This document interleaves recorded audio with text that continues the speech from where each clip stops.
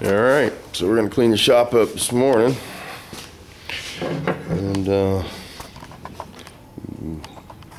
me back up there.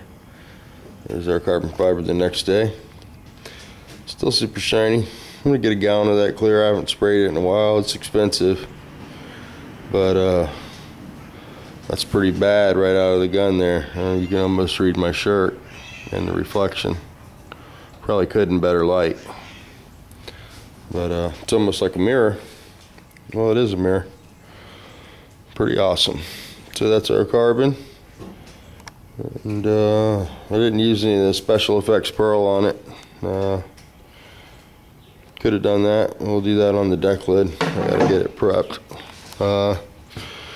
Yeah, the wheel came out okay. You know, not real happy with the wheel. The wheel was a real pain. Getting the cloth to lay flat is key. You know, making it look cool. You can see the wheel there, and you can make it darker and darker the more coats you add. Right there, that's what happens when you don't get your pattern all the way down onto the surface. You know, it'll have that like overspray look. You can get rid of that. It looks like splotches in the fiber. You know, the more candy you put on there, it looks cool though. It looks much cooler than it did primered and all rusted. So we'll work on that technique for the wheels. Somebody suggested maybe cutting a pattern out for them, and that would be probably a good idea. Usually I've always done flat things, you know, where you can get that to lay flat. And the derrick, I think you missed the black candy step. You know, you got to bury the silver. After you put the silver on, you're going to throw some candy down so it softens the effect. And the more candy you put on, the deeper it gets. So we'll do those bumpers, and we'll probably mix up a different base color. Didn't like the base color. I need to get that bronze look, and I didn't capture that, didn't get it right. And I didn't like the black candy either. Black candy tends to turn stuff blue, and that's sort of what it did here on this wheel. You know, it's got a blue haze to it. So we'll probably just take some black toner, some 64, and put some, we'll put it in some mixing clear, and you know, just over reduce it real heavy, make it very transparent, and try that. And we'll get more of a black effect than the blue from the blue pearl, or the black pearl. It's black, but you know, when you spray it down, it turns blue. So I remembered that after I sprayed it. You know, I've done that in the past and had to you know, do the black thing where you just, you know, tone the black down. Seems a much better effect over than the black candy. It's just been my experience. So I used the wrong hardener in that clear, and it didn't get hard in the cup, but got hard on the panel. I'm sure it's still soft, and see how that works out. It's just a gas store. Oh, say good morning, Missy. Come on, in the gate. So yeah, we got our bumpers out here. We'll get those sanded down here in a little bit. I don't want to wet sand first thing in the morning, but I'm gonna have to wet sand those because of the contour. And we got all the guns cleaned out here, so we'll do the video again. And the bumpers will go a lot better because they're, you know, they're flat. And I got this long piece for the bumpers, so it should work out pretty good. But you can see why this stuff doesn't last real long. You know, it sort of loads it up as you're using it. And I like to have two pieces if you're moving it around, because you get your hands all silver picking up the wet base coat. What's up, kitty cat? Say good morning, Milo. Meow, meow, meow. Yep. There we go. Milo the kitty cat lover.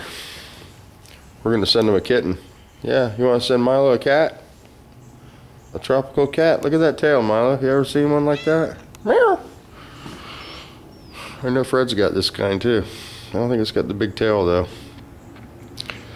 So somebody said, who hacked Fred's account? Well, if you know who hacked Fred's account, you should tell him.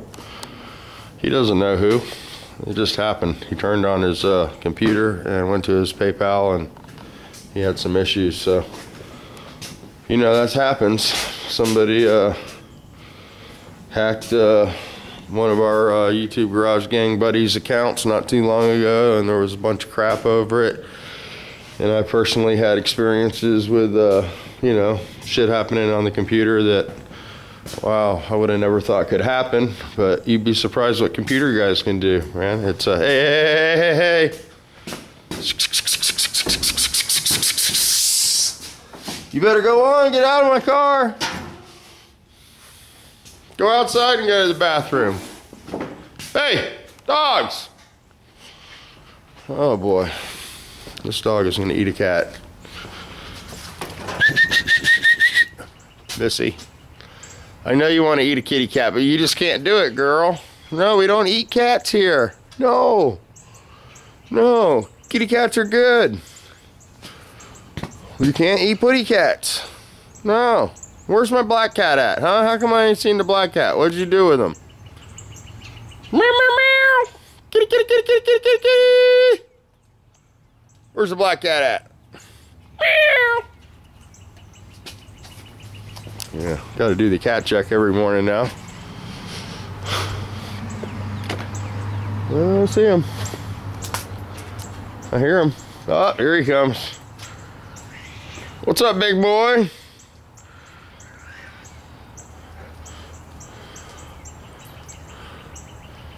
Yeah, let's put a paw up on his nose there. You know that's the king cat now. That's the only male in the bunch. Can't mess with him. Yeah, he's a good boy. We gotta check you for ticks today. This cat loves living in the woods. Got him from the woods and he won't move out of them. So he stays behind the house there in the trees. Alright, so anyway, that's where we're at. So I'm going to try to make the next carbon fiber video shorter. I'll probably go ahead and get everything mixed and ready to go. So it's hard to mix it and keep the video short. So I don't really like that pattern too much on this one. I do like this one though, came out pretty cool. Thank goodness, because this is for the car.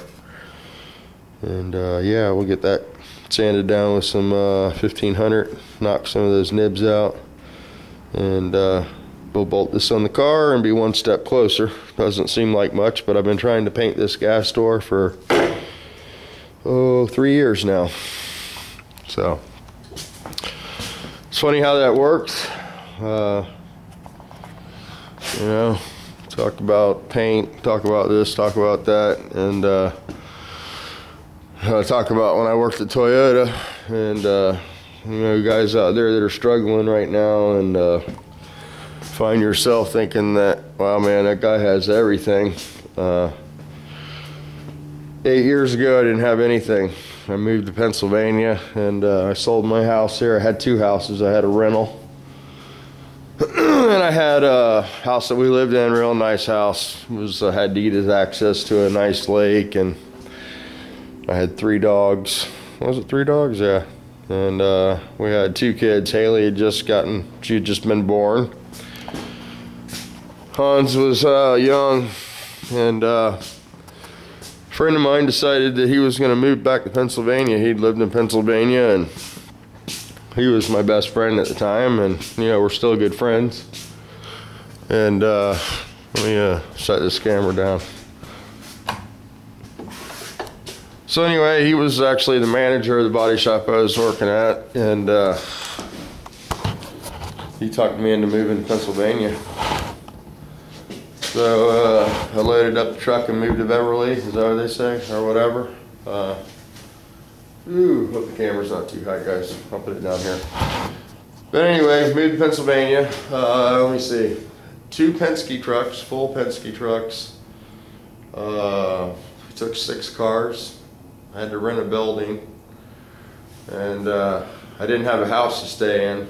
And the funny thing is, we were supposed to stay with my buddy, you know, and Andrea, you know, she's fun to argue with, and I forget what happened, but her and my buddy had an argument the first, 15, 20 minutes when we got there, and she was no longer going to stay at his house, and we ended up staying in a hotel for, I think it was about 4 weeks, 5 weeks, and that got sort of expensive, so we were just burning through the cash. I got all this stuff stuffed in a warehouse. I got my whole family, and it was three dogs stuffed in a hotel room, and it was freezing cold. Everybody was missing their grandparents and stuff, the kids. Well, Hans, I'd come home every day and he'd be crying, and Andrea would be crying, and it was just a mess. So we finally found a house to buy, and we got a half a double. You guys up north know what that is, and if you're not from up north and you live in Florida, you usually have a yard and a garage, and they don't build. They do. I mean, you can find them, but it's not common like it is in Pennsylvania or up north. And so we got into a half double, and the people next door they weren't used to the kids, to say the least, especially my kids, and so that wasn't really a great situation. And you parked on the street, and so what I'm saying is it didn't work out. Basically, we were there for about 6 months. Went through all my money from selling the houses and all my cash, and I moved back to Orlando. Well, made the move to decide to come back here from Pennsylvania, and I had to leave everything in that storage unit.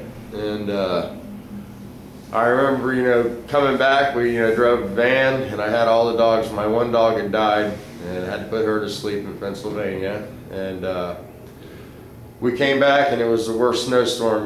We never drove in snow, and it was like a blizzard. So we made it through that. Lost the hood off this car, the Nova, but ended up getting them back home. And I remember it was probably the worst time of my life. Driving back, I'd spent every penny that I had. I owned that house in Pennsylvania cash free. I owned it, but that does no good when you have an asset and you can't turn it into cash. So basically I had to borrow money to come home on.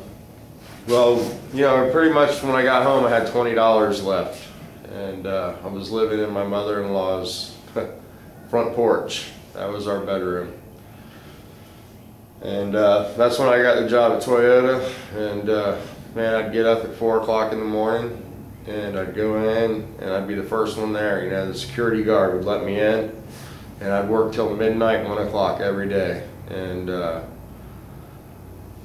it went from the worst to the best, and then I lost everything when I got in the accident. So I've had to do it twice, and I don't think it's not easy, and you can do it though. Things can turn around. Things can go from good to bad, and they can go from bad to good. So I don't know what I was trying to say there, but I learned a lot being broke. Let me go get the dog before it gets beat up by the cat. What are you doing? You just want to learn with the cat. What do you want to do to the cat, really? Black cat. Kitty, kitty, kitty, kitty. Huh? That cat is going to lay you open, boy, girl. Yeah, you think that car hurt when it hit you? Well. So we finally got the dog house broken anyway.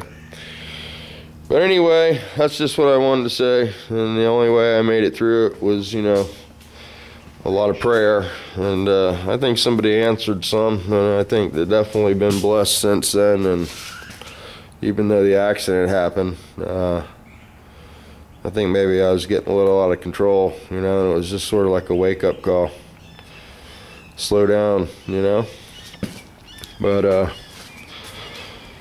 so, that's why we do what we do, and I don't know, that's just how it is now. It's just me and the brown dog now, well, and the new dog. This dog seems to be my dog now. So, little Pissy sort of hangs out with me. I guess she knows I was trying to give her away, so she sucked up to me, huh? But look, she don't put her tail between her legs anymore. Now she wags her tail. So I think she's happy. And all that good stuff. But anywho, yep. So I moved everything back from Pennsylvania, and I couldn't afford the Ryder trucks. Getting back to the Pennsylvania story. And I'd work at Toyota all those hours, and on the weekends that I didn't work, because they had me working 7 days a week there, you know. I'd talk them into a weekend off or a Sunday or whatever, and we'd drive straight through to Pennsylvania and grab us stuff. And I did that. They ended up giving me, I think I got 4 days off, and I made 5 trips to Pennsylvania and back in 4 days. And let me tell you what, man, that was some serious driving. I had a Chevy van, packed it full every time, and ended up emptying the warehouse out and getting all my stuff back.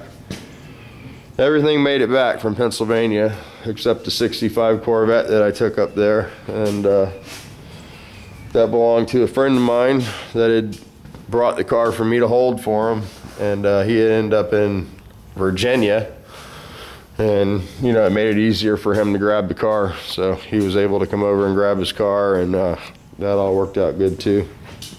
So, but yeah, when you have those moments in life where you make mistakes, you know, and you lose every penny you got and you got to start over, it's pretty sobering, and you find out who your friends are too. I know I have a real good friend in Texas that's a gazillionaire, and I don't mean $1,000 guy, you know. I mean, this guy, I know he had like $127 million at the time that, you know, he considered himself to be a real good friend of mine, and if you ever need anything, call me kind of guy, you know. And I never even considered calling him except on that trip home from Pennsylvania, and he just couldn't help me out, man, you know. So just goes to show you that sometimes people that you think are your friends, you know, you have to find yourself in the worst situation to find out if they're really your friend or not. And I've always wondered if that's the reason that, you know, that we have to go through that kind of stuff, you know. Sometimes we think somebody's something that they're not, and you know, it takes something catastrophic for it to be exposed and for us to see it. So that was the Pennsylvania trip for me, and basically, you know what I mean? Sometimes the worst things in life can be the biggest lessons. So enough of the jibber jabber, as a friend of mine says. Let me go upload this. We'll do a carbon fiber video. Let me take a moment of silence for the birds, for the nature lovers.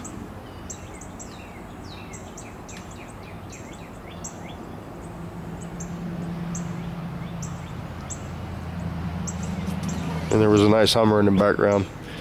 Okay, this cat is gonna lay you open. They got claws. You see these things here? They're like switchblades. Yeah. That cat's just tolerating you right now because it wants its head scratched. Oh, I know, you're so jealous. You're so jealous. You're jealous, little girl. Oh. All right, guys. We'll talk to you in a little bit.